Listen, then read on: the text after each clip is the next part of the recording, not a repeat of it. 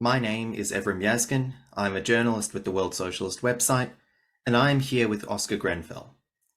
Oscar is one of two candidates, along with Mike Head, for the Socialist Equality Party of Australia, standing in the upper house in the March 25 New South Wales state elections. The SEP is also standing a candidate, Max Boddy, in the lower house seat of Bankstown in Sydney's western suburbs. Oscar is a writer for the World Socialist website on a range of issues, including Australian politics, the SEP's campaign to free persecuted journalist Julian Assange, the struggles of the Australian working class, and the militarist buildup in Australia and throughout the Asia-Pacific region, targeting China. Oscar, in this election campaign, the SEP raises centrally the issue of war. Can you explain why that is? Yeah, certainly. And the SEP is the only party which is raising the issue of war in the New South Wales elections. And we're doing so because this is the greatest threat which confronts workers, young people, and human civilization the world over, regardless of where you reside. The great danger is of a global nuclear conflict.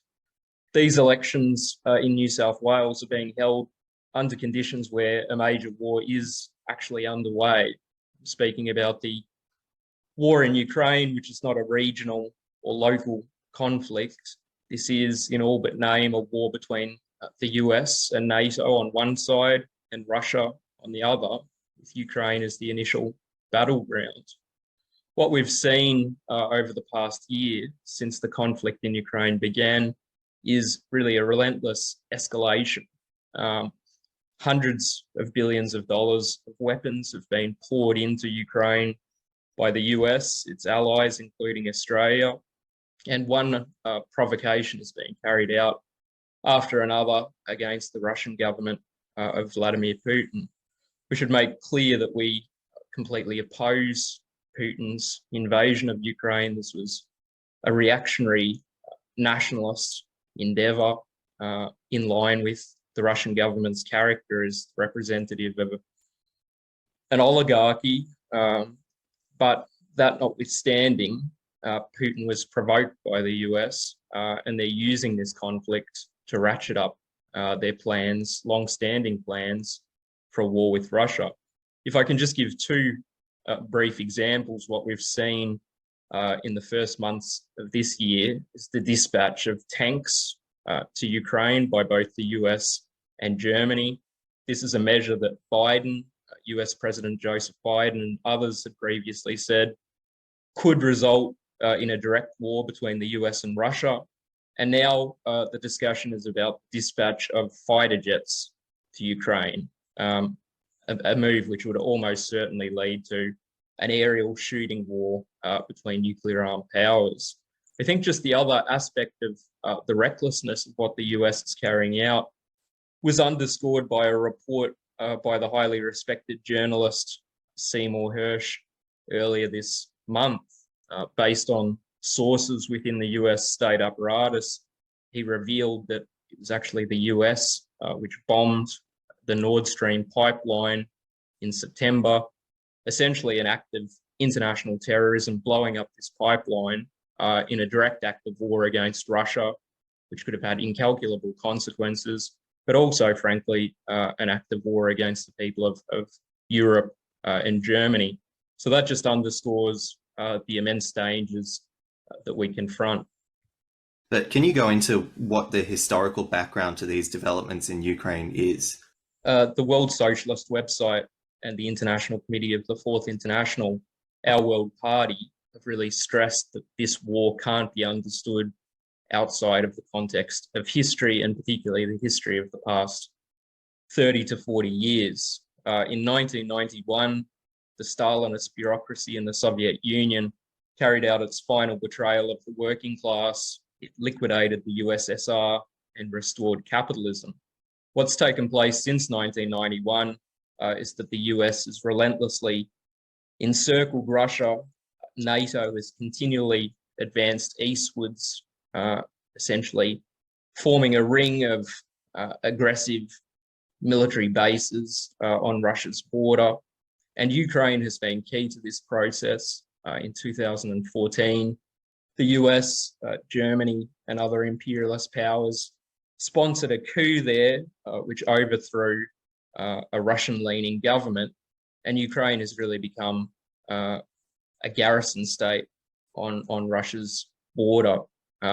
What we've raised in the current war is, essentially the Ukrainian people are being used as pawns to further long-standing US plans for a direct war with Russia. In opposition to those who back this war on the basis of fraudulent claims of defending Ukrainian sovereignty and the like, what we fight for is a socialist perspective, that is the unity of Russian, Ukrainian workers, along with their class brothers around the world, against all of the governments and the capitalist system which is responsible for conflict. Can you speak about Washington's preparations for war with China, which it sees as the main target? Yeah, the US think tanks, military strategists are very open that the war in Russia for them is not a single conflict, it's really one front in a much broader war. The conception is to weaken Russia, to take it out militarily as a stepping stone to war against China, which is viewed as the principal threat to US global economic imperialist hegemony. What we've seen over the past decade or more is a relentless military buildup throughout the Asia Pacific, the development of aggressive alliances directed against China, the stationing of an ever greater portion of the US military, Navy, Air Force in this region, as well as the stoking of a series of flashpoints, Taiwan, the South China Sea, and others. I think we've seen a very stark manifestation of the war drive against China over recent weeks.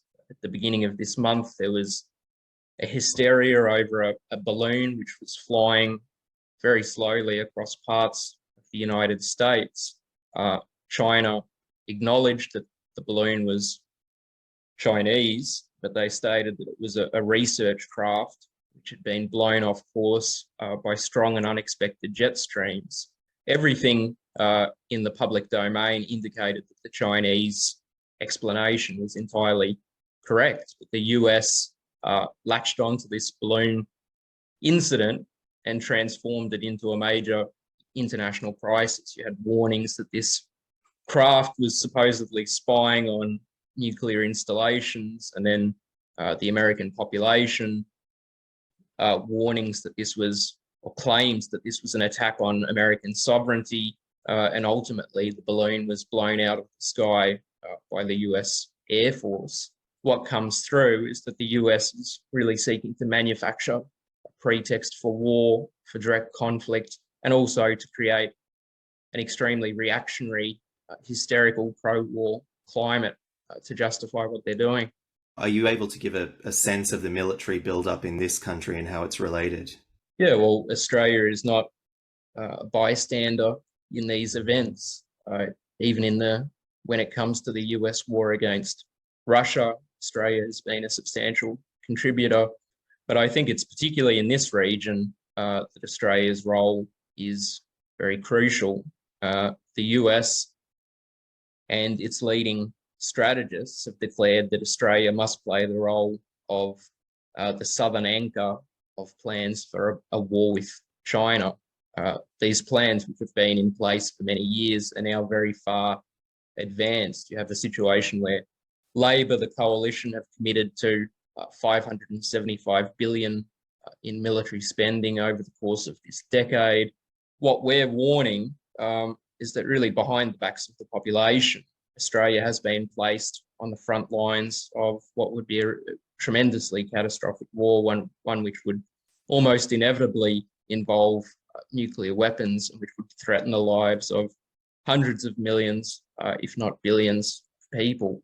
The Australian ruling elite is fully committed to this, not only because it's following Washington's lead, but because it has its own predatory interests, particularly in the South Pacific, which the Labor government has been pursuing very aggressively. What is the SEP's perspective in these elections and more broadly in relation to war? Well, our perspective is that workers, students, and young people have to fight for a future. The prospect of nuclear Armageddon is not one that can be countenanced, that can be passively accepted, and we certainly can't leave it in the hands of governments, warmongers, and others. We've seen what they've done in the course of the COVID-19 pandemic. They've carried out profits before lives policies, which have resulted in an estimated 21 million deaths worldwide. So anyone who says that governments wouldn't risk a major war because of the fallout need only look at what they've done during this unprecedented global medical emergency. Our perspective is based on the class struggle. We say that the response to the crisis of capitalism of the ruling elite is war, authoritarianism, really reaction all down the line. But the same processes that lead to war also propel the working class into struggle. And we've seen that over the past year in particular, a wave of major strikes, protests involving workers in literally every inhabited continent. That forms the basis for a very powerful anti-war movement. But what we've stressed is that it needs to be based on definite principles. First of all, it has to be international.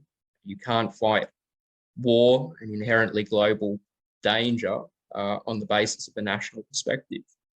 Similarly, such a movement has to be independent of the various capitalist parties, including such parties as the Greens, all of which are openly pro-war. And critically, we stress that such a movement has to be socialist. The source of war is the capitalist system itself, the pursuit of resources, markets, and profits by the major powers. And really, the alternative to that is the unification of workers around the world in a common struggle for the reorganization of society. So our perspective is that war can be prevented. The objective basis for that exists in the growing struggles of the working class, the possibility of socialism, but that's not something that happens automatically or spontaneously. It has to be fought for by workers, by young people, and by students. So I'd certainly appeal to everyone who's hostile to war, looking for an alternative, to examine our campaign, but above all, to become involved, to take this out as widely as possible among your colleagues, your friends, and to help build this socialist movement of the working class, both here and internationally. So sign up on our Facebook page, our website, and we will be holding meetings, which I'd encourage everyone to promote as widely as possible and to participate in.